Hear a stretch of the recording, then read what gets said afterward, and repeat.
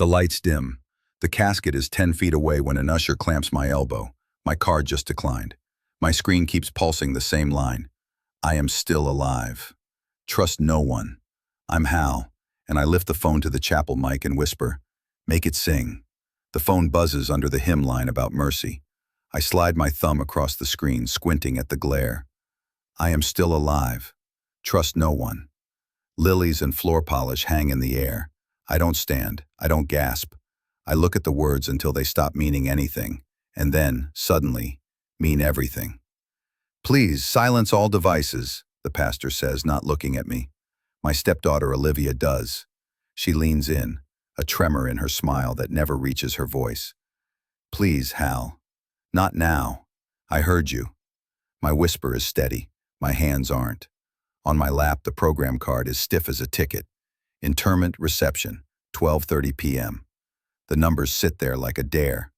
I fold the card once and feel it bite back. At the aisle, a brass stand carries a placard, "Medical Examiner Hold, sealed per authorization." I didn't sign anything.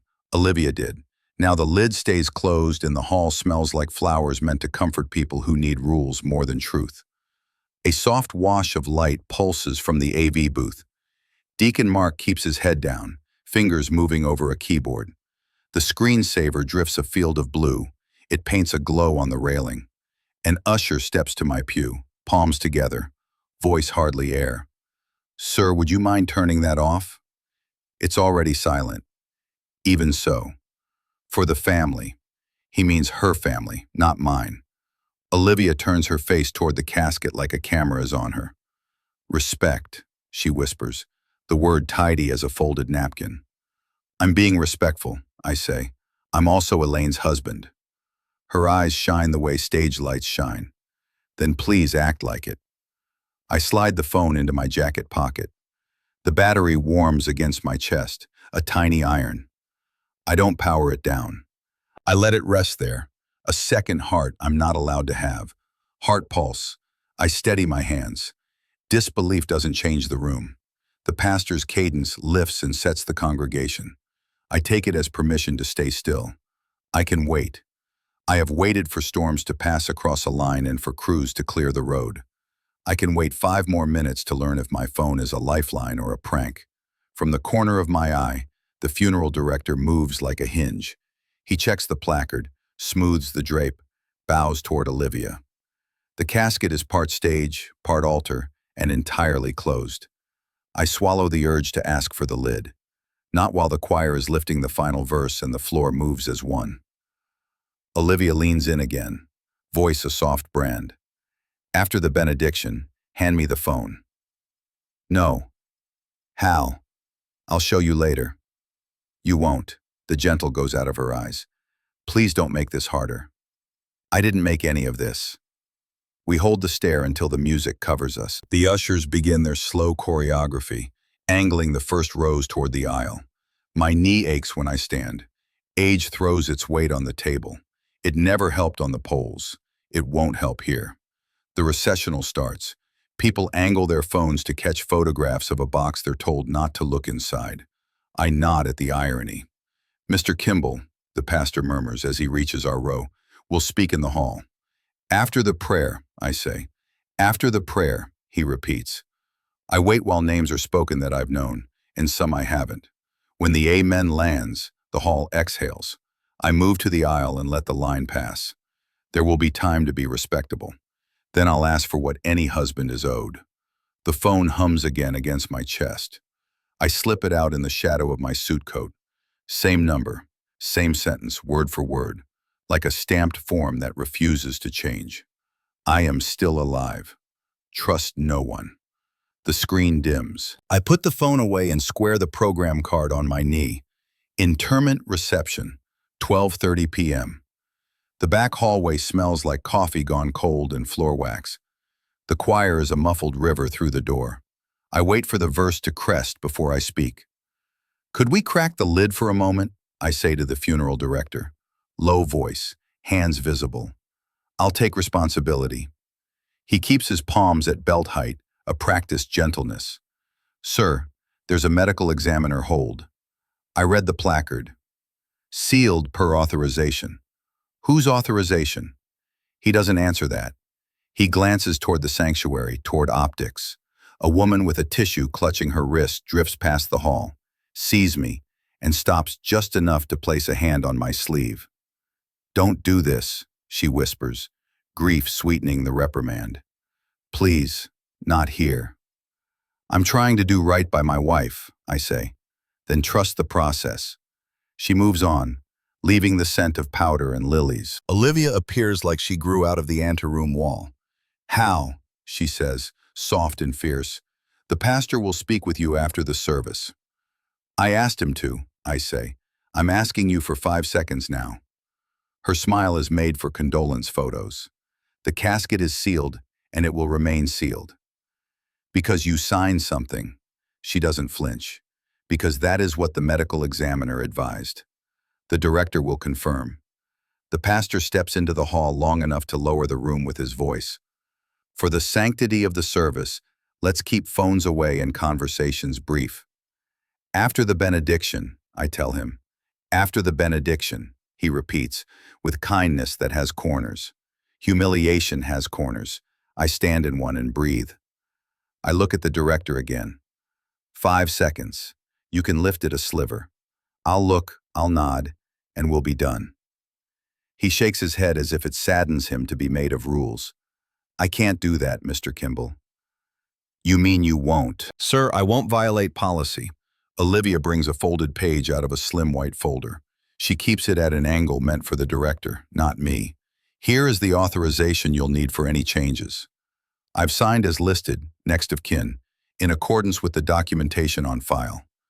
"You're not her wife," I say. "I am." "You're grieving," she says, gentle weaponry. "Please don't escalate." From the sanctuary door, Mason looks in with his hands clasped. He doesn't speak. He files the moment for later. The director lifts his chin a fraction. "Mr. Kimball, I have to ask you to put your phone away while you remain in the building." "It's in my pocket." "Turn it off, please." "I'll silence it."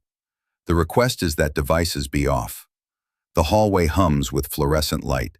I stare at the seam of the casket through the open door and count to 5. The counting helps my hands belong to me again. "After the service," the pastor says, one more time, shaping time like it's his to hand out. I nod. "After the service." Olivia's eyes soften, but only the surface softens. "Thank you for understanding." I didn't say I understood. I let the words sit between us. I said I would wait. She tilts her head, the public look reconsidering me. "For Elaine's sake, Hal." "For Elaine's sake, we should check." The director edges closer to the door, guiding us back into the hush. "We're going to resume. There's a committal to follow. Interment and reception at 12:30. He recites it like a weather report. I step back. I am old enough to choose when to push. I've pushed men in trucks and wire through ice and wind. I can push time when it suits me. We file into the final hymn. I let the verses pass over me without feeling like a liar. The pew wood is warm under my palms. My jacket buzzes. Known. Typing. 3 dots climb, hesitate, vanish. I keep my eyes forward, my phone unread, and my back straight. The casket stays closed. The rules stay pleased with themselves.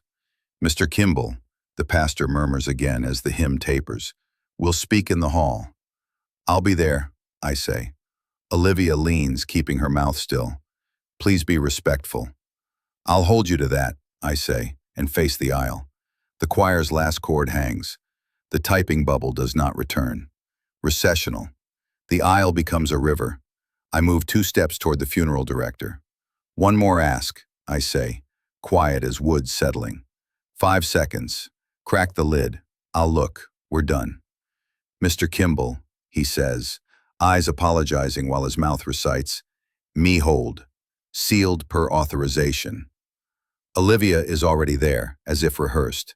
"Please don't create a scene." "I'm asking for verification," I say. The pastor's hand touches the air like a stop sign. "For the sanctity of the service, phones off, please."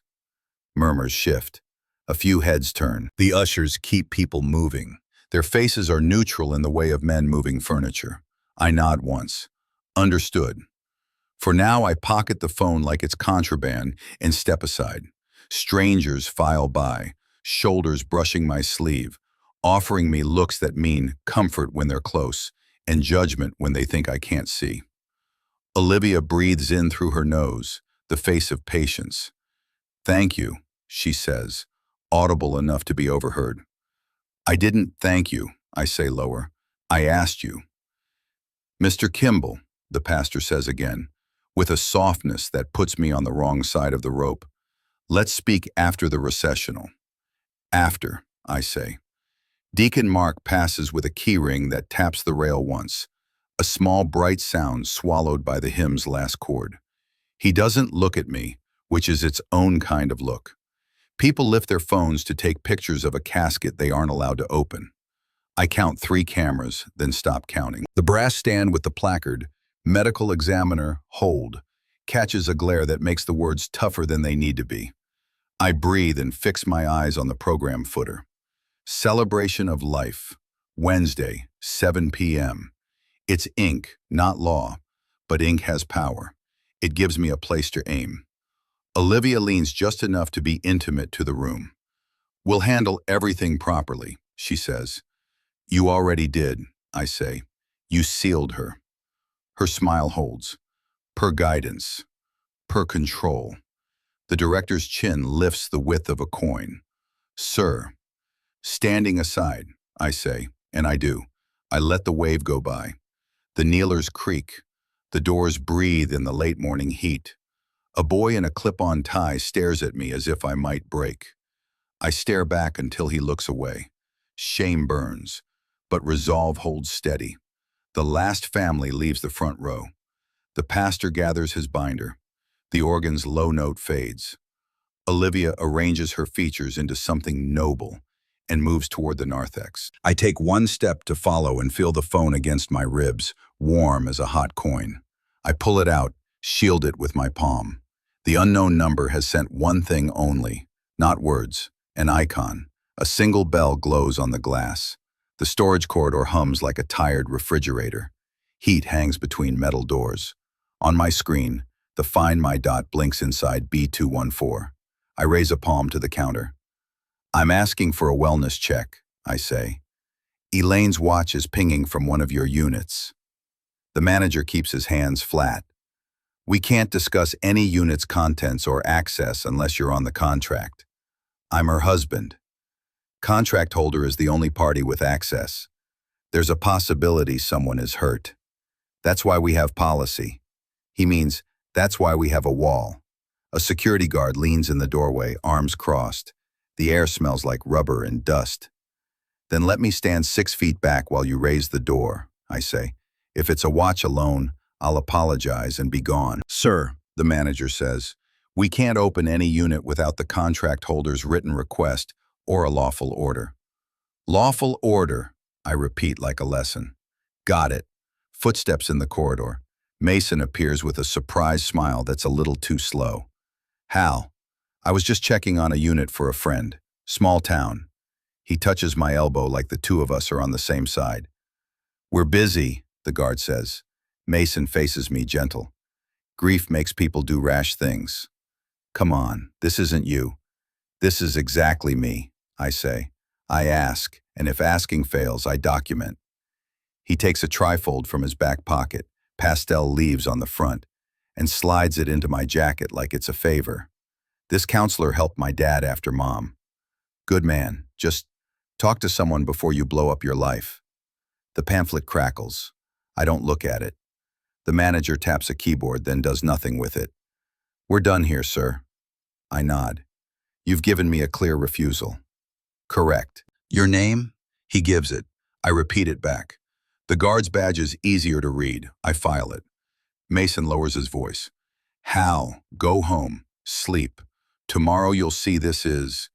Policy without mercy is neglect, I say. I won't help you neglect her. His eyes veer to the guard. He's not himself. I hold up the phone. Neither is she, apparently.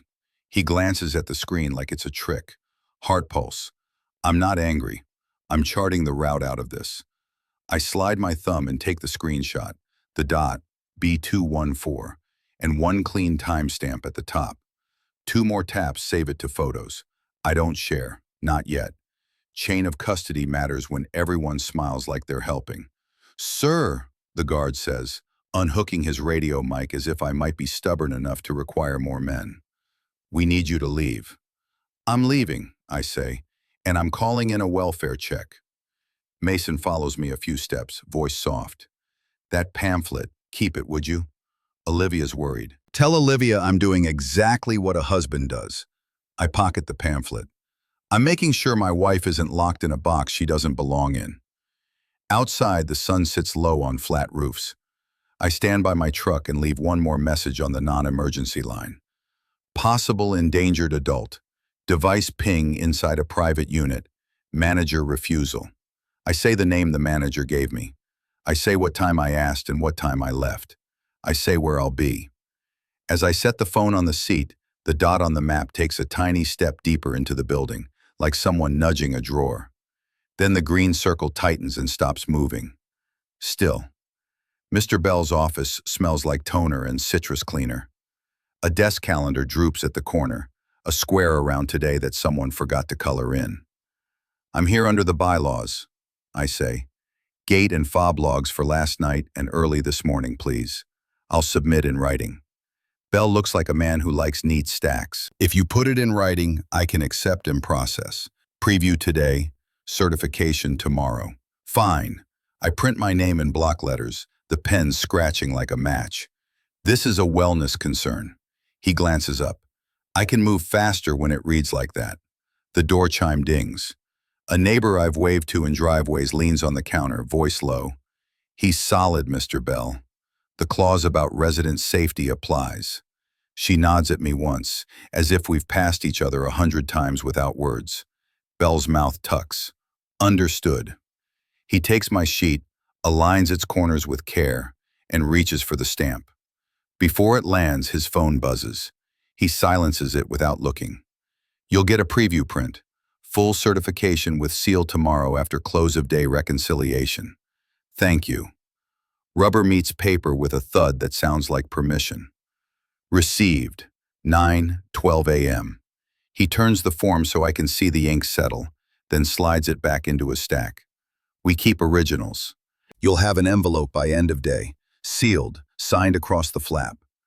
Chain's clean, I say.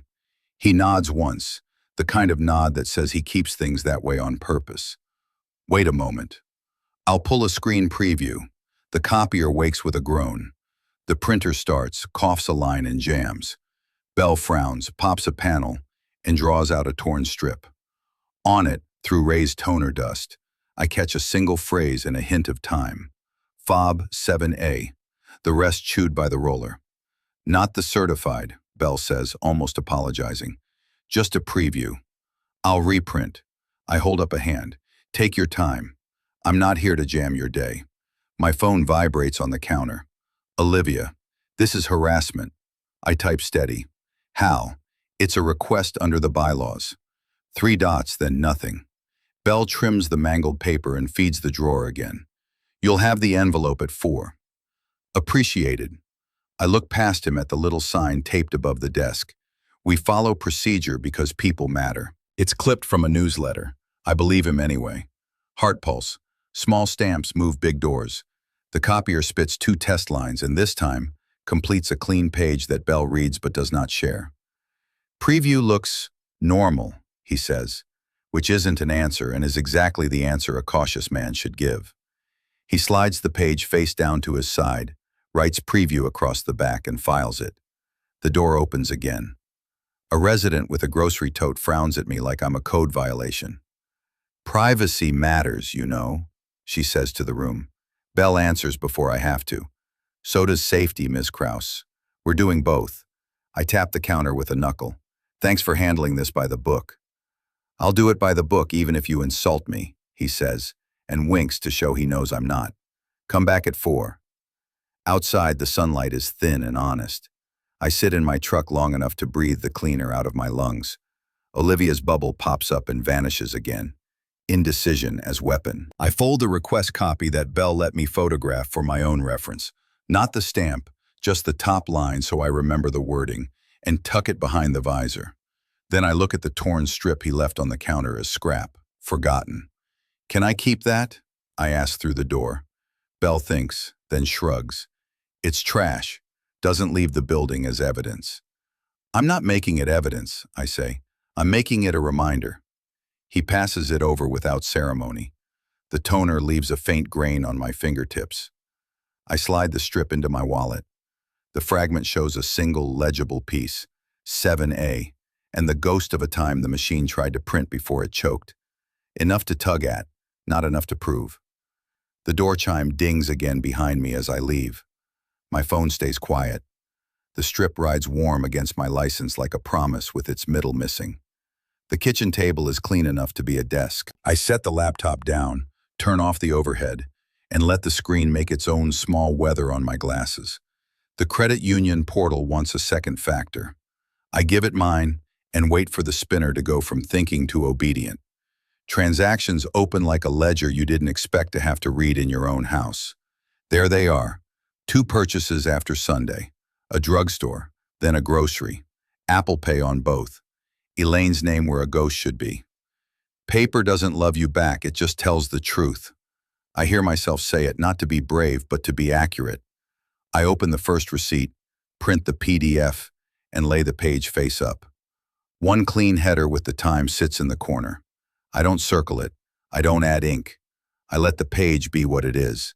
The second receipt follows. Same method. 2 pages cooling like they need air. The kettle ticks to life on the stove. I didn't turn it on. My hand did, on autopilot. The rising whistle pulls another room into this one. A winter night, our hands red from breaking ice out of gutters. Elaine rubbing warmth back into her fingers. "If you ever lose me," she said, blowing steam, "make your phone sing." "I'm not losing you," I said. "Then if I lose me," she said, smiling into the scarf, "make it sing anyway." Bossy. Prepared. She bumped her shoulder against mine. Sound cuts through fog. People can ignore a call. It's harder to ignore a sound in the room. The kettle clicks off. The present comes back with the smell of metal and tea. I slide the receipts into a fresh manila folder. Saved in downloads, printed, stacked. I book a notary for tomorrow with a quick search and a call that lasts 3 sentences. Name, time, what I'm bringing. The clerk's voice is crisp. The slot is at 11:15. I call Ruth. She answers like she's been waiting at the phone. "I saw her," she says before I can ask. 2:17 a.m. Head down. A dark SUV. "Not yours. Can you sign that?" "I can sign that." Paper rustles on her end. I wrote it down so I'd remember. "I'll pick you up at 11. I pause. "Thank you." "Don't thank me. Just find her," I text Olivia. 2 purchases on Elaine's account after Sunday. "I'll bring the receipts to the pastor if you prefer."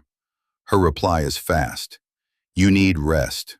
"I need my wife," I send back. No dots appear. No apology. Just the silence people use like gauze to cover something they don't want touched. I open family sharing out of habit I wish I didn't have. The list of devices is an old family photo I can't bring myself to delete. Her old iPad still shows up, a gray line that never quite dies. I tap it. A map opens. The dot sits over the church campus like a pinned moth. It doesn't jump. It doesn't breathe. It just sits. "Come on," I say to no one, to her, to the room. "Sing." The dot holds steady. The receipts whisper on the table when the heater kicks on. The house does its small old house creaks and tries not to take sides. Heart pulse. Paper doesn't love you back. It just tells the truth. My phone lights up with the notary confirmation. Tomorrow, 11:15 a.m. I let the glow fade and look again at the dot that refuses to move. If lost, make your phone sing. I set my thumb on the screen and don't press anything at all. Not yet. The precinct smells like dry coffee and disinfectant. A sergeant at the desk checks my license, then points me down the hall to interview 2. Sergeant Dana Ruiz enters with a legal pad and the kind of patience you only get after years of bad stories. "Mr. Kimball, Hal, I say. Thanks for seeing me. Let's see what you've got. She sits, clicks a pen. Start with the simplest thing that proves the rest. I slide the packet onto the table. Thin, not dramatic. Find my screenshots tied to my wife's device, a preview from our HOA gate system that accidentally spit a time, and 2 receipt PDFs after the funeral. I brought the names and numbers that go with each, but I won't bury you in them. Good, she says. Numbers can lie if you let them talk too long. She nods at the packet. Chain of custody? Saved to device, printed at home, originals retained, no marks added. I'll get affidavits notarized tomorrow. The HOA will hand me a sealed envelope at 4. Her eyebrows move a millimeter. You know the drill. I worked lines 40 years. Paper keeps people honest. Ruiz glances toward the mirror, then picks up the desk phone, taps speaker. Deacon Mark, Grace River Church? His voice comes thin and careful. Yes, this is Mark. This is Sergeant Ruiz with Spokane PD. Confirm something for me. You control a locked multi-purpose room adjacent to your sanctuary? Yes, Mark says. Only facilities and I have keys. It stays locked unless scheduled. If a device belonging to Ms. Elaine Kimball is located on your premises, will you hold it for police and contact me immediately? Silence then. I will. I can secure it in the office safe. I'll text you and Mr. Kimball when it's in hand. Do that, Ruiz says, and keep the room status unchanged until Wednesday night. The line clicks off. Ruiz looks at me. Your HOA guy? Mr. Bell, I say. He's by the book. A knock. The door opens. Bell steps in holding a brown sealed envelope. Per request, he says, not crossing the threshold. This is a same-day preview. Certification tomorrow. He places it on the table edge. We keep copies. Sign here, acknowledging receipt. He sets down a little receipt line. I sign without fanfare. Thank you, Mr. Bell, Ruiz says. He's gone in 2 quiet steps. Ruiz sets the envelope aside without opening it. All right, she stands, crosses to the whiteboard, and writes 1 clean line in block letters. Case number, dash, and the number that will belong to us now. Under it she prints, Wednesday 1900, Ops standby, and circles it once. That's not a promise, she says. It's a plan. Your evidence crosses probable cause lines when paired with a live device and a witness in the room. We will stage by 6:45, but we don't rush a church. I don't want to rush, I say. I want a clean turn. She sits again. You understand that if you make a scene, you make my job harder. I understand. Her phone chirps a tiny notification tick, a sound in the room, not a message for me. She slides the phone face down. When the time comes, she says, make it sing. Don't speechify. Trigger the sound. Let the room do the rest. Belief is private. Proof makes it public. My phone buzzes against my pocket. Olivia, please stop. You're scaring people. Hal, bring her back and I will. 3 dots pulse, then disappear. Ruiz pretends not to notice the exchange, which is a courtesy. Walk me through your Wednesday, she says. Morning, I finalize affidavits. Afternoon, I brief Deacon Mark on projection steps. I don't touch his equipment. At 7, I sit down and I behave. If the device is in the room, I'll use Find My to play a sound. What do you do if the pastor or the family tries to restrain or relocate you? I sit and keep my hands visible. I'm not here to win a wrestling match. Good answer, she taps the packet. We'll bring uniforms, not a parade. If your wife is there and alive, we'll have EMS stage out of sight. I nod. Thank you. Ruiz smirks a little at my folder tabs. You're tidy, Hal. Tidy is cheaper than chaos. She checks the wall clock and taps the board with the back of her pen. You'll get a case number pushed to your phone in 2 minutes. Do not share it online or with family. I don't post, I say. I fix. That's why I'm saying yes. She stands, offers a hand. We'll be in touch. I shake it. My palm is dry for once. At the desk, the clerk prints a single page, folds it, and tucks it into a sleeve for me. It's just directions for Wednesday, nothing dramatic. On my way out, my phone pings. A calendar block slides onto the screen. Wednesday, 1900. Ops standby. The case number sits beneath it like a quiet engine. I step into the daylight with a file under my arm and a clock I didn't choose, finally, ticking in my favor. On the dining table, I line the pages like shingles. Exhibit list V1. Receipts. HOA request copy. Names I can swear to without looking down. I print the medical examiner email, subject and time at the top, and clip it to the list. I put my initials small in the bottom corner of the print. Paper likes to know who's responsible. Heart pulse. Steady, not loud.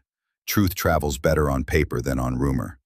Deacon Mark meets me at the church's AV booth with a ring of keys and a face that says, "I'm not his worst problem today." Two paths, I say, keeping my hands visible.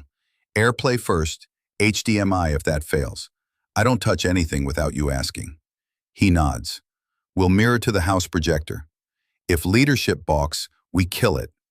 That's your call, I say. Custody is mine to set up. I hand him a single sheet. Device custody, receipt template, blanks for time and signatures. If Elaine's iPad turns up, you hold it and text Sergeant Ruiz. He folds the template and pockets it like contraband. I'll secure it. We run the sequence without plugging anything in, just words and fingers over switches. He points. This is input. This is gain. This is black. Somewhere in the room, the speakers give a tiny feedback squeal and then behave. A janitor pauses with a key cart. "Mark," he says, keeping his eyes on the floor. "I heard facilities put a hold on the multi from 6 to 8. Didn't see who requested it." Deacon's eyebrows draw together. "It's not on my board." Just what I heard. The cart rolls on, wheels clicking like a metronome. Deacon pulls out his phone, thumbs flying. A moment later, my phone buzzes. Forwarded. Room schedule with a gray bar across 6 to 8 p.m. The requester field is blank. "I didn't put that there," he says. "Then someone doesn't want surprises," I say. Before we can talk it through, the church administrator steps into the booth. She smiles in that professional way that keeps rooms calm and people in their lanes. "Mr. Kimball, we're sorry for your loss." "Thank you. I understand there's interest in using our screens tonight. We have a policy, no AV without leadership approval. We won't be authorizing it this evening." Deacon looks down. He doesn't argue. "I hear you," I say. "I won't touch your gear. If truth needs a screen, it'll find one without me." "That's good," she says. "We want a peaceful service." "Me too." My phone taps the glass with a message from Ruiz. "Perimeter at 1845. Align any times with the program. Text if device located pre-service." "Understood," I text back. "Custody path Deacon to Ruiz ready." We finish the walkthrough with nothing more than muscle memory and rules. Deacon signs a one-line "Notice received" on my exhibit list, small and neat. I slide the ME printout under the clip so the email header peeks out, just enough to show the timestamp without turning the booth into a file cabinet. My phone rings. Olivia. "Please don't make a scene," she says. Her voice runs warm but narrow, like a stream through rock. "Tell the truth and there won't be one," I say. "You're sick with grief." "I'm steady with proof," I say, "and your concern is noted." She breathes once into the phone. "For Elaine's sake, don't." "For Elaine's sake," I say, "do."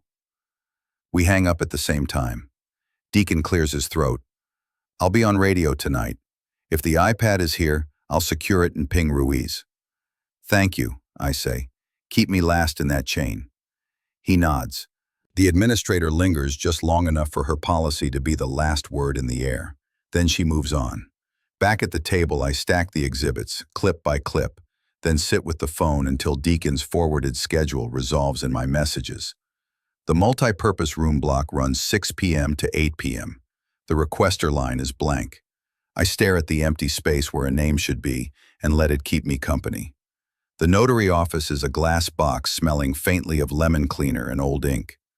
A little brass chime dings when I open the door. "Appointment for 11:15, I say. The notary, neat hair, square stamp, slides a logbook toward me. "ID, and place the documents you want notarized face up. I set down the 2 receipt printouts, one drugstore, one grocery. Signatures certify that these are true copies of what my bank portal produced, I say. No marks added. Understood. She studies the headers. We just acknowledge your signature in the act. We don't certify truth of content. I know how to carry the weight, I say. In the lobby, a woman in a floral blouse looks up from her phone. I'm so sorry for your loss, she says. Her voice is warm enough to sting. I was there Sunday. We're all praying for you. Thank you, I tell her. She presses a church card in my hand. Our grief group meets Thursdays. I have plans Wednesday 1st, I say. Back at the counter, the notary squares the pages, then looks at me over her readers. You're signing to confirm these are what you say they are. Yes. Pen down, name clean. She watches my hand, then nods once. Her desk has a tiny chime that pings when the inner door opens. It sounds again as her assistant pops in, then vanishes. Stamping now, she says. I keep the montage short. Stamp pad, emboss, flick of the journal. Her seal lands with a quiet pressure that leaves a raised ring and a single clean date inside it. She repeats the act for the second page. The pages breathe when she lifts her hand. Done. She caps the stamp. You'll get a receipt for the journal entry. I don't need confetti, I say. The circle is plenty. Heart pulse. Let the stamp talk. I don't need to. In the truck, I call the grocery manager on speaker. He answers between beeps. Front end. This is Alex. Hal Kimball. I'm confirming a transaction made on my wife's account after Sunday. I don't need numbers, just policy-safe confirmation that we can get a manager email later. Policy says we can confirm a transaction occurred if you show proof of identity. He says, send your email. I'll have something by 5. Thank you. I make the same quick call to the drugstore. The manager's cadence matches 1,000 retail shifts. Yes, sir. We'll confirm minimal facts, nothing personal. Email by 5. Appreciate it.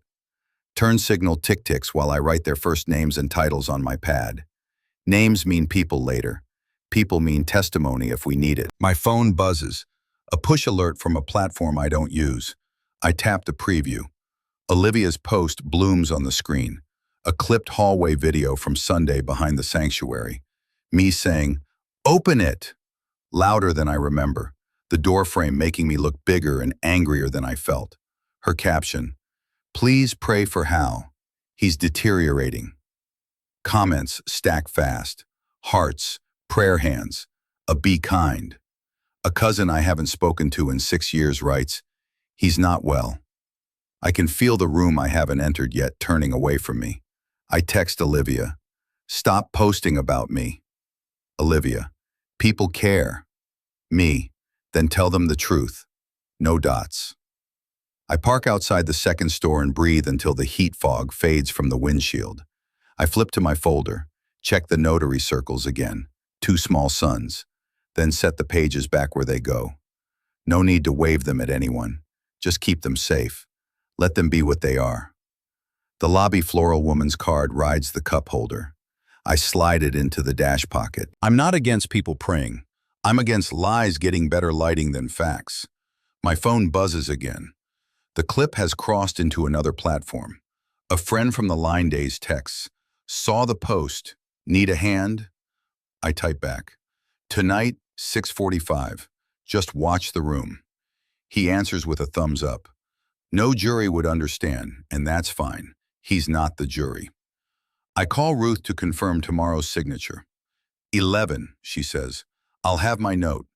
Thank you, I say. The stamp will do the talking.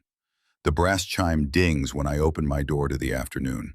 It dings again in my head when I think about 7 o'clock and a sound that cuts through rooms. I check the time, check the seals one more time, and check nothing else. Olivia's clip keeps accruing sympathy like interest. I turn my phone face down on the seat so the pity stops blinking at me. Grace River in daylight looks smaller, like a stage before props. Deacon Mark meets me by the side door with his keys already threaded between his fingers. Walk me through your seats, I say. You, he points. Second pew left, aisle end. Phone brightness down, Pastor steps up at 6:59. If we have the device on site, you trigger at 7:02. If not, I sit on my hands. Exactly. Sergeant Dana Ruiz joins us, plain clothes, hair tied back, a notepad tucked like a badge. Two uniforms in the narthex, one EMS unit staged in the lower lot. Radio stays dark unless the room turns. Custody? I ask. Device goes Deacon to me, Ruiz says. On camera if possible, but we won't chase that. No arguing with family. Let the sound make the case. I don't need a speech, I say. I need a sound that can't be argued with. She half smiles. Good. Because you're not giving a speech. We step into the sanctuary. It smells like wood polish and old hymnals. Deacon gestures toward the booth. Admin says no AV without leadership. I'm not crossing that today. I won't touch your gear, I say. I won't even look like I might. Good, he says. We'll keep the lane narrow. He unlocks the multi-purpose room, cracks it 2 inches, and shows me the darkness inside. Stacked chairs, flower buckets, a folding table. This door stays locked until the service. If a device shows up, I'll move it to the office safe, text you and Ruiz. Text Ruiz first, I say. I'm last. Ruiz traces lines in the air. Entry routes, front doors, side hall, alley. If Ms. Hart or Mason try to escort anyone through a non-public path, my officers will mirror them. No interference unless a crime is visible. You stay seated.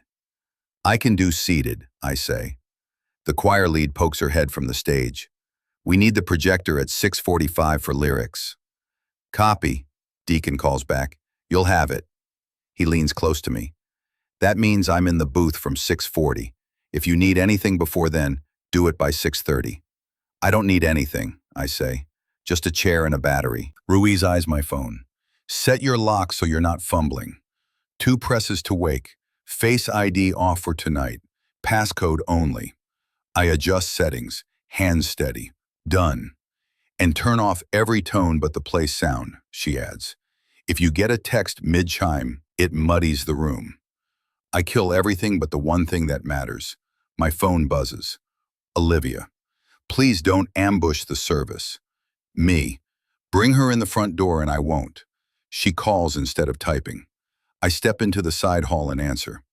Hal, listen to me, she says, hushed and urgent. You're going to embarrass yourself. Elaine deserves dignity.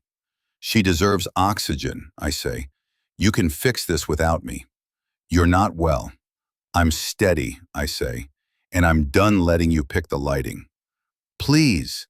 I'll be seated at 7, I say, and hang up before her tone can do its work. Ruiz tilts her head. Problem? Only if they insist on one. Then we'll manage it, she says. One more thing, when you trigger, keep your face neutral. Don't perform. Let the room do the thinking. Understood. We rehearse without sound. I sit in the pew. Deacon stands by the booth window. Ruiz leans against the door frame, pretending to be a bored usher. I lift the phone, tilt the screen toward my chest. Tap where the button will be. No chime yet, just muscle memory. The hush in the sanctuary feels like a held breath. Again, Ruiz says. We do it again. And again. The choreography sets. No heroics, no speeches. A room and a sound and the truth stepping out like it pays the bills. In the alley, Ruiz shows me the path to the lower lot. If things go sideways, she says, you walk this line to the lamppost and wait. Don't negotiate, we'll come to you. Copy, Deacon checks his watch. I've got a 4 o'clock meeting with facilities about the room block. They'll stonewall. I'll keep the keys anyway. You don't need to win the meeting, I say. You just need to be where the lock is. He snorts. I can do that. We circle back to the sanctuary. The light has shifted. Late afternoon sharpening edges. The choir lead taps a mic. A phantom thump walks through the speakers. Deacon kills it with a flick. Ruiz's phone taps once. She doesn't look. Final check, she says. Hal? Second pew left. Aisle end. Brightness down. Passcode ready. Trigger at 7:02 if device is in the building. No AV. No speech. Deacon? Booth at 6:40. Lyrics at 6:45. Room stays locked. Custody Deacon to Ruiz. Text Ruiz first. Me, Ruiz says.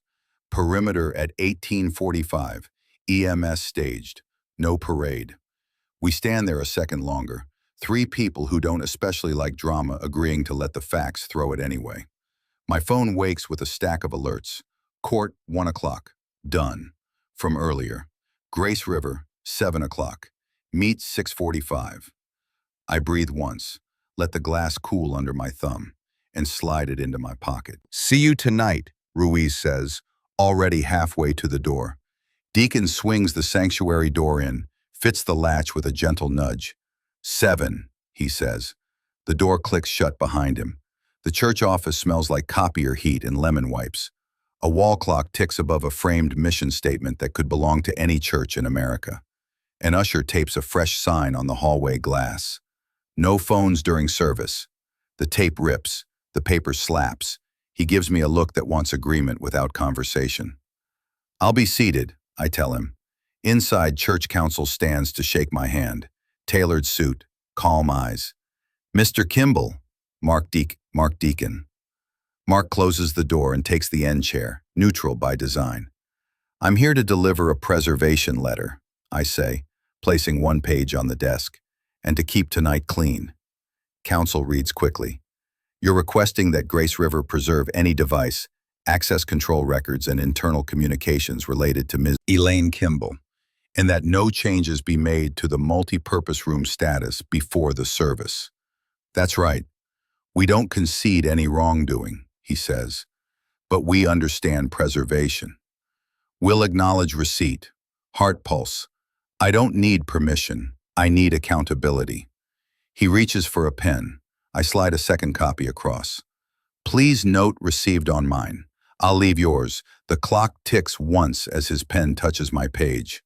Over his shoulder, the hands sit where late afternoon starts to think about evening. He writes received in a neat line and initials it. The ink shines and then soaks, ordinary as gravity. Thank you, I say. Counsel caps the pen. And in return, I need your assurance there will be no disruption during the service. I will be seated, I say. I won't touch your AV or address the congregation. If truth needs a screen, it will find one without me. Deacon Mark coughs into his fist. Counsel folds the letter he's keeping and sets it on the blotter. Mr. Kimball, Counsel says, tone still pastoral. If you cause a disturbance, you will be removed. I'd prefer not to involve law enforcement. You won't need to involve them because of me, as long as we understand each other. My phone buzzes. I glance. Olivia. I answer. I'm in a meeting. Stand down, she says. Please, Hal. Don't make a scene. Elaine deserves peace. Preserve the truth, I say, keeping my eyes on Counsel, and you won't hear a word from me. You're not well. I'm steady. I end the call before her next sentence can bend the air. Counsel steeples his fingers. One more reminder, no AV without leadership approval. I heard the policy this morning, I say. I'm not here for your projector.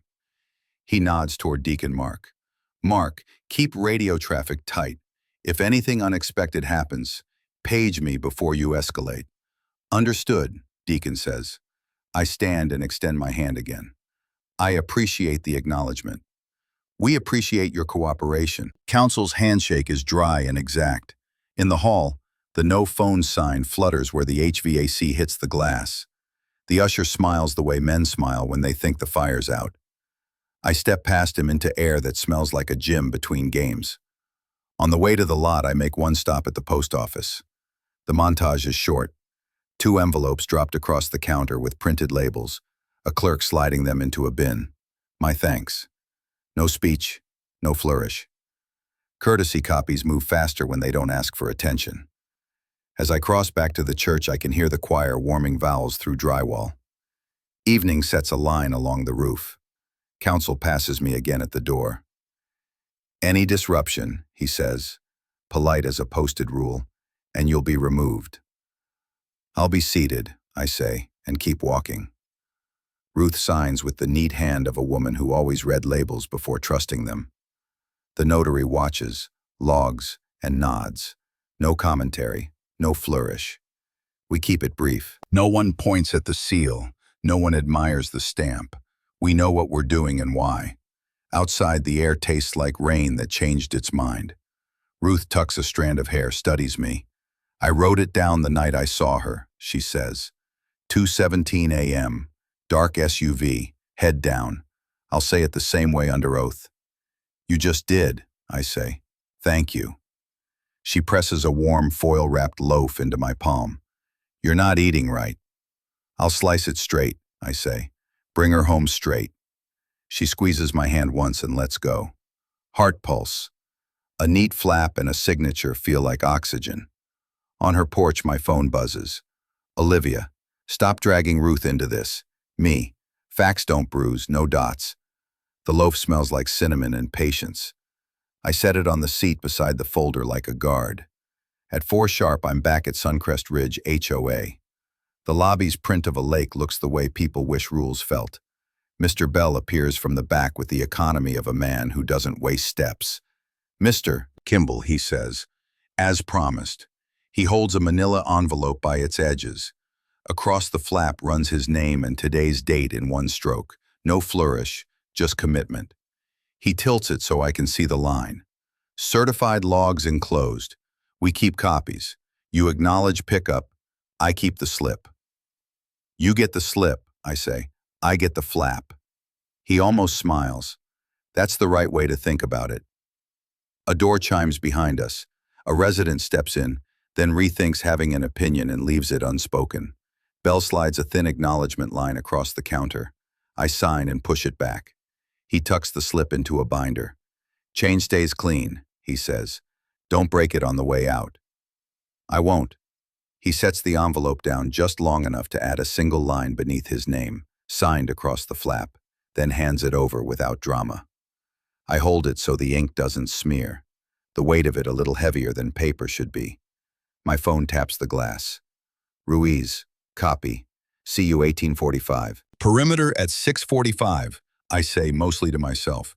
Bell hears anyway. We'll be at choir in the morning, he says. If anyone asks, I gave you nothing but procedure. Procedure's what this town lives on, I say. He nods once, satisfied. The door chime sounds again as a kid runs in for a pool pass. The world doesn't care about our clock, which is fine. We do.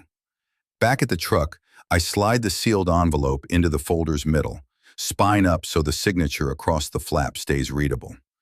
I close the folder, set it flat, and put my hand on it just to feel the edge under my palm. Real, contained, waiting its turn. The cinnamon from Ruth's loaf has warmed the cab. I take one breath big enough to count and turn the key. Tonight the room gets a sound. Before that, it gets a neat flap with a name on it. My phone buzzes once more. Ruiz, copy. See you 1845. By 5:30, the foyer is a lane of small kindnesses and posted rules. Ushers trade bulletins. Someone has set a tray of mints on a music stand like mercy can be sugared. Mr. Kimball, a man says, suit without a tie, breath like coffee left too long. He holds a large envelope at his chest, so it looks harmless. Yes, he checks my face against whatever his job requires. You've been served. He slides the papers forward. Behind him, the foyer wall clock ticks over 1 clean minute, the hands visible above his shoulder. I take the packet. The top page is a set of words that learn to march. Ex parte, temporary guardianship, petition by Olivia Hart, financial control for safety. A doctor's letter from someone who's never seen me. Sentences about complicated grief, paranoia, risk. Frozen debit card until a review. The kind of help that puts you in a smaller room. I acknowledge receipt, I say. He nods like a man who's handed out 1,000 bad afternoons and walks away. Olivia is already there, as if the envelope rang a bell only she could hear. This is to protect you, Hal. Her voice is gentle where the paper is not. You're not yourself. I'm seated and breathing. That's myself. I look down at the line that gives her my wallet without calling it theft. If I'm such a danger, bring a lane. Her mouth tightens. Please don't start. I didn't start, I say. You did. She looks past me for witnesses and finds 3. I move to the coffee kiosk for a water because something has to be simple. I tap my card.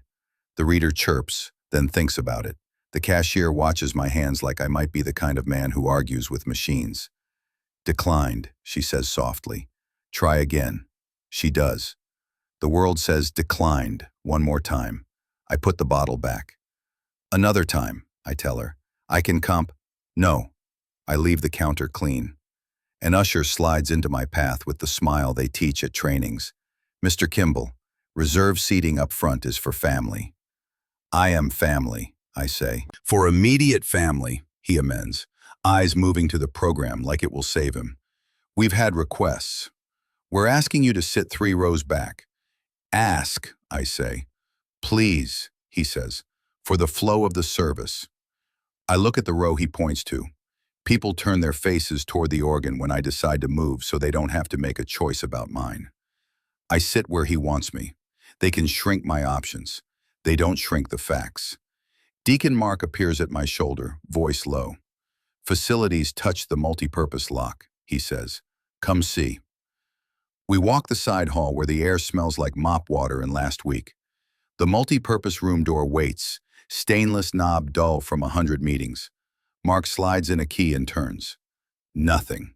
He breathes out, tries again. One way, then the other. The key slides, sticks, refuses the last quarter-inch like a man who will not sign. The church administrator rounds the corner as if summoned by friction. Room stays closed, she says. Facilities has secured it. It's normally your call, Mark says, still testing the lock with a careful hand. Tonight it's mine, she says. No access. No AV without leadership. She looks at me as she says it, so the message has a recipient. Understood, I say. I'm not here for your gear. You're here to worship, she says. I'm here to tell the truth without raising my voice. Mark withdraws the key and stares at it like a tool that used to know him.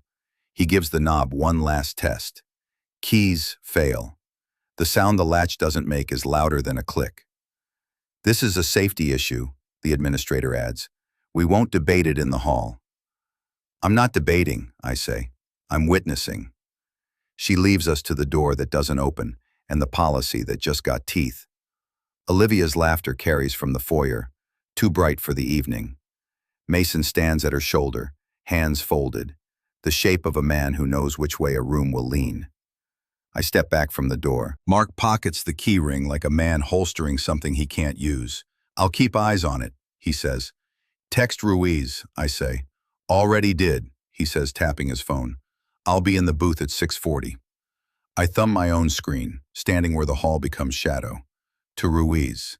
Access revoked. The 3 dots appear, then her reply lands almost before I can swallow.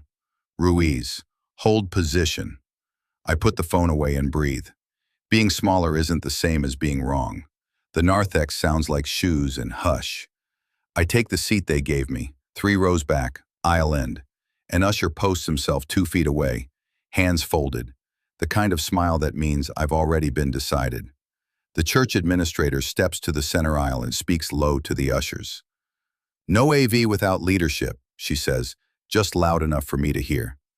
Keep the multi-purpose room closed. She glances my way like punctuation. I heard you, I say. I'm seated. Olivia arrives on a ribbon of sympathy. She touches my sleeve as if I'm hot to the touch. How, please? For your safety. If you wanted safety, I say, you'd bring her. Mason hovers, pastorally neutral. Tonight's about peace, he says. If you want peace, I tell him, try the truth. He retreats. The usher shifts his weight. The pew in front of me fills with friends of friends who turn their faces forward so they don't have to pick a side. My phone trembles. Unknown number, local agency tag. Mr. Kimball?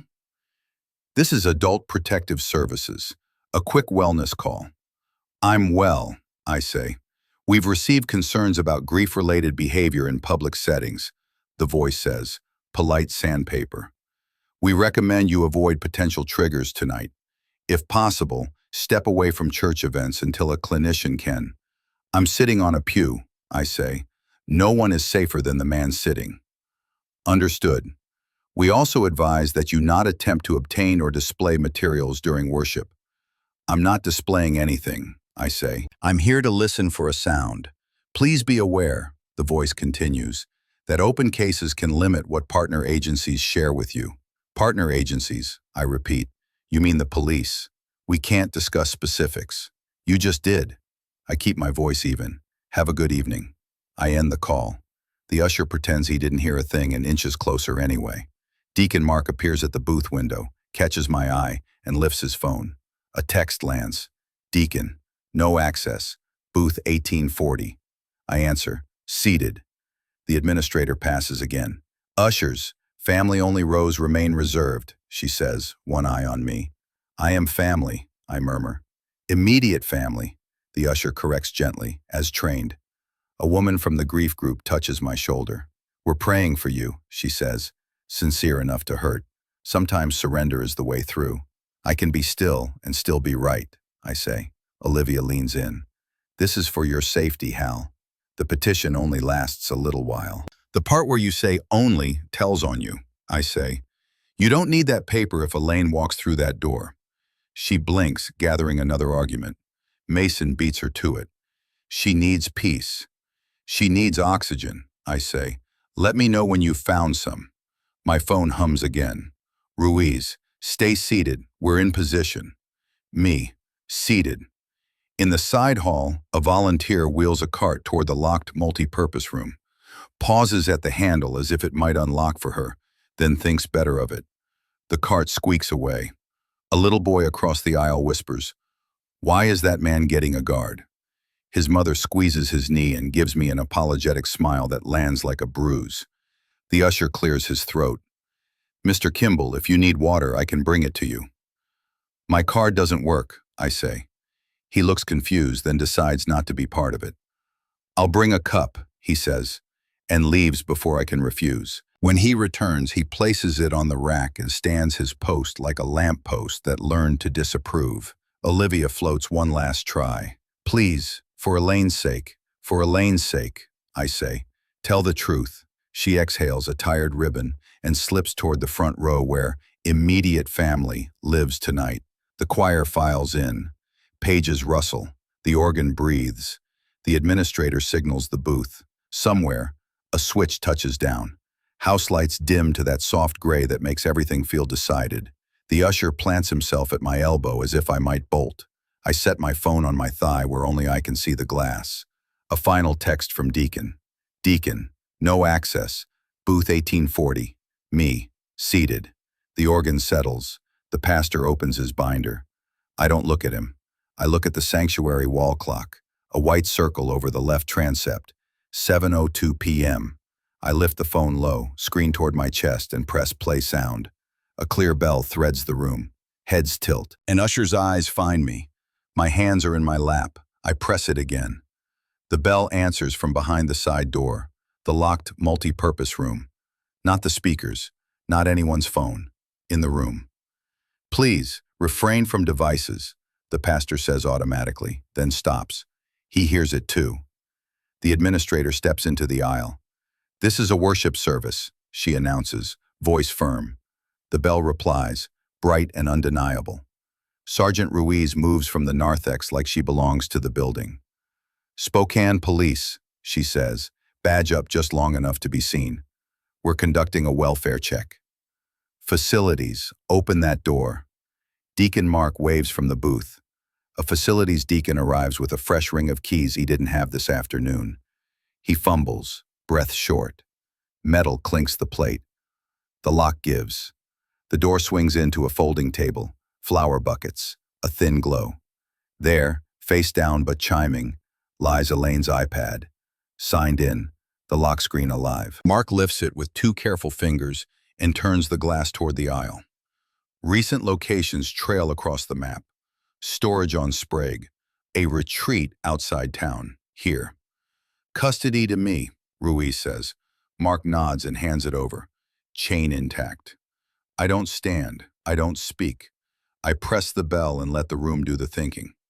The congregation's sound is a low tide of "Oh" and "Lord," and I knew it. People lift their phones. The choir forgets to breathe. The administrator's mouth opens and closes. The policy has run out of sentences. The alley door cracks. A uniformed officer guides Elaine in, eyes pinpricked but waking, face paler than it knows how to be. Gasps ripple, as if someone dropped the sanctuary and it bounced. She finds me, finds the casket up front, then finds me again. "I texted you," she says, voice hoarse but steady. "I'm still here." I stay seated. "I heard you." Ruiz faces the room and lifts her voice without raising it. "We executed a welfare check at a private facility tonight. Ms. Kimball was under chemical restraint. We have gate activity placing Ms. Hart's access fob at Mr. Kimball's home after midnight and a device trail that contradicts the reported time of death." Olivia steps forward, palms up, eyes glassed. "This is a misunderstanding. She's fragile. We were protecting." "You sealed a box, Olivia, not the truth," I say. The officer with Ruiz turns to Olivia. "Ms. Hart, place your hands behind your back." He does not shout. He reads the charges like a liturgy. False imprisonment, fraud, evidence tampering. To Mason, conspiracy. Mason's jaw works and then stops. Olivia's face breaks in front of everyone she curated for pity. She bites the word, chokes, then lets it out. "I'm sorry. I didn't." She looks at Elaine and folds as the cuffs click. The pastor sets his binder down like it's heavy. "Friends," he says, voice shaking. "Let law and truth do their work. Please remain seated." Mark, hands shaking, taps the booth screen and mirrors the iPad for a single breath. The map, dots and times, flares across the wall. He kills it before the administrator can form the word policy. It's enough. Everyone has seen. Ushers go from guards to witnesses. A choir alto whispers, "Dear God," into both hands. A teenager airdrops a clip to Mark. Ruiz lifts a palm. "Hold your videos," and then nods to her partner. EMS steps to Elaine, gentle and practiced. Elaine reaches for me as they guide her to a seat. I don't move from mine. I just offer my hand where I am. She squeezes once, a lighthouse blink, and the rest of the room fades to a movable backdrop. Ruiz leans toward me. "Mr. Kimball, we'll take a formal statement at 9 a.m. tomorrow. Tonight we transport Miss Kimball for evaluation and book the others. You did what you said you'd do." "I sat," I say, "and you made it sing." She tucks the iPad into an evidence sleeve, seals it, and writes a number I don't need to read. Olivia turns, cuffed, and tries one last mercy bid with the room. "Please, please, pray for..." The sentence falls apart. Pity doesn't stick anymore. "Escort," Ruiz says. The officers lead Olivia and Mason out through the side. The church is all eyes, all breath. The casket remains a mute exhibit no one knows where to look at. Elaine looks at it, then at me. "Not yet," she says, a small edge of humor under the wreckage. She remembers everything important. The pastor swallows. "Verdun close in silence," he says. "We have erred. We will seek counsel. We will set guardrails." He looks at me, and I nod once without giving him a rope. I stand only when the aisle opens by itself. The usher who posted at my elbow steps back, eyes wet. "Sir," he says, and can't find the rest. "I'll be available," Ruiz says louder to the room. "No statements tonight. Tomorrow." I turn to Olivia as she passes, flanked by uniforms. She meets my eyes, and whatever script she rehearsed dissolves. "I'm sorry," she says again, the words finally costing her something in front of witnesses. "Make it to Elaine," I say, "not me." The door shuts on her answer. The sanctuary doesn't clap, doesn't cheer. It does something better. It believes. I look once more at the wall clock, not to measure anyone, just to mark that time finally belongs to us again. At 9 a.m., I sit in the same precinct room where yesterday I asked for help. Today the chairs feel less like a test. Sergeant Ruiz clicks on a recorder. "Full name?" "Harold Kimball." She keeps it simple, and so do I. What I saw, what I pressed, what sounded, Who moved where? Chain of custody passes in verbs, not drama. Deacon to Ruiz, Ruiz to evidence, EMS to hospital. When we reached the part where Elaine said, "I'm still here," Ruiz lets the silence land and then writes one last line. "Statement concluded," she says. "We'll route copies to the prosecutor," she stands. "Next stop's the courthouse. The guardianship won't survive this morning." "I'd like it in writing," I say. "You'll have it." The courthouse hallway smells like old paper and wet coats. A clerk at a window takes my name and the case number Ruiz wrote on a sticky note. "You're on the morning docket," she says. "Wait there." Inside, the courtroom is all wood and contain voices. The judge looks like he's seen every version of family there is and would like fewer. Counsel appears for the church, only to observe, and for Olivia, late, careful, holding a folder that won't help her. Mason sits one row back, eyes on the floor. The judge tilts his head. "Mr. Kimball, I have before me an ex parte temporary guardianship entered yesterday. I also have a report from Spokane Police indicating Ms. Elaine Kimball is alive and receiving care. Counsel for petitioner, do you wish to be heard?" Olivia's lawyer stands, voice smooth. "Your Honor, our petition was filed in good faith based on information available at the time. Given new developments, we do not oppose vacatur without prejudice." The judge looks at me. "Mr. Kimball, I ask that it be vacated today and that funds be unfrozen," I say. "I also request no contact orders to allow my wife to recover without interference." Ruiz rises from the gallery. "For the record, Your Honor, arrests were made yesterday for offenses including false imprisonment. The investigation continues." The judge nods once. "Guardianship vacated. Funds to be restored forthwith. Temporary no-contact orders entered as to Miss Hart and Mr. Mason. Arraignment set Friday, 9 a.m. You'll receive notice." He looks at me again, softer. "Anything further, Mr. Kimball?" "Only that we'll cooperate," I say. "Good." He raps the bench once, not for theatrics but to keep the day moving. In the corridor, Olivia approaches with her attorney half a step behind. Her voice is small. "Hal, I never meant harm. Can we fix the record fully, and we won't need words," I say. Her mouth opens and closes. The attorney touches her elbow. They drift toward the elevator like a tide going out. The bailiff stops in front of me with 2 envelopes. "Service of temporary no-contact orders," he says.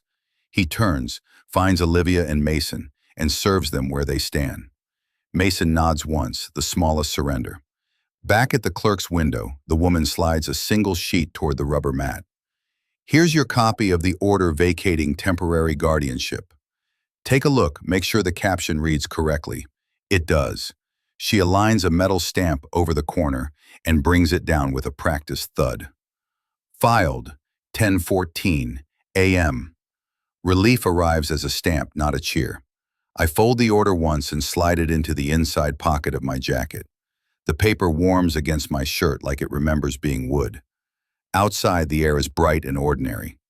I make my calls in sequence. The medical examiner confirms a hold on the casket, pending full review. The funeral director says there will be a written apology by afternoon. Our policy was misapplied. The pastor asks for a meeting to discuss guardrails and counsel. I tell him to send his acknowledgement in writing. He agrees. The HOA president meets me in the lot as if he'd planned to catch me between curbs. He offers a handshake that takes too long to be formal. "The logs are usable if needed," he says. "Whatever we can do." "You did your part," I say. "Keep doing it." He nods, relieved to be told to stay in his lane. Ruiz texts from down the steps. "Elaine's stable. Team will liaise with hospital." I type "thank you" and put the phone away. A church elder I barely know walks by, stops and says, "We'll put it in writing, Mr. Kimball." I nod without adding weight to words that don't need me. On the drive home, I call Ruth. "If they need you," I say, "will you testify to what you saw?" "I already set my shoes by the door," she says. "You tell me when." "I will." I stop talking long enough to listen to what a truck sounds like when it's only a truck. A bell doesn't ring. It doesn't need to. At my kitchen table, I set the folder down and take out the single page that mattered most today. The stamp sits in the corner like a small moon. I don't photograph it. I don't post it. I read the caption once more and put the paper back where it belongs. Then I lock the folder, lift my jacket from the chair, and slide the order into the pocket where it already knows the way out. Patience did what anger couldn't. It turned pity into proof and handed our time back. Elaine is still alive, and the house feels honest again. I square the papers, water the lilies, and let quiet do the talking. Somewhere in the kitchen, a timer ends. One small, faithful chime. If you enjoyed this story, don't forget to like, share, subscribe, and comment your thoughts below. Type 1 if you resonate with this story.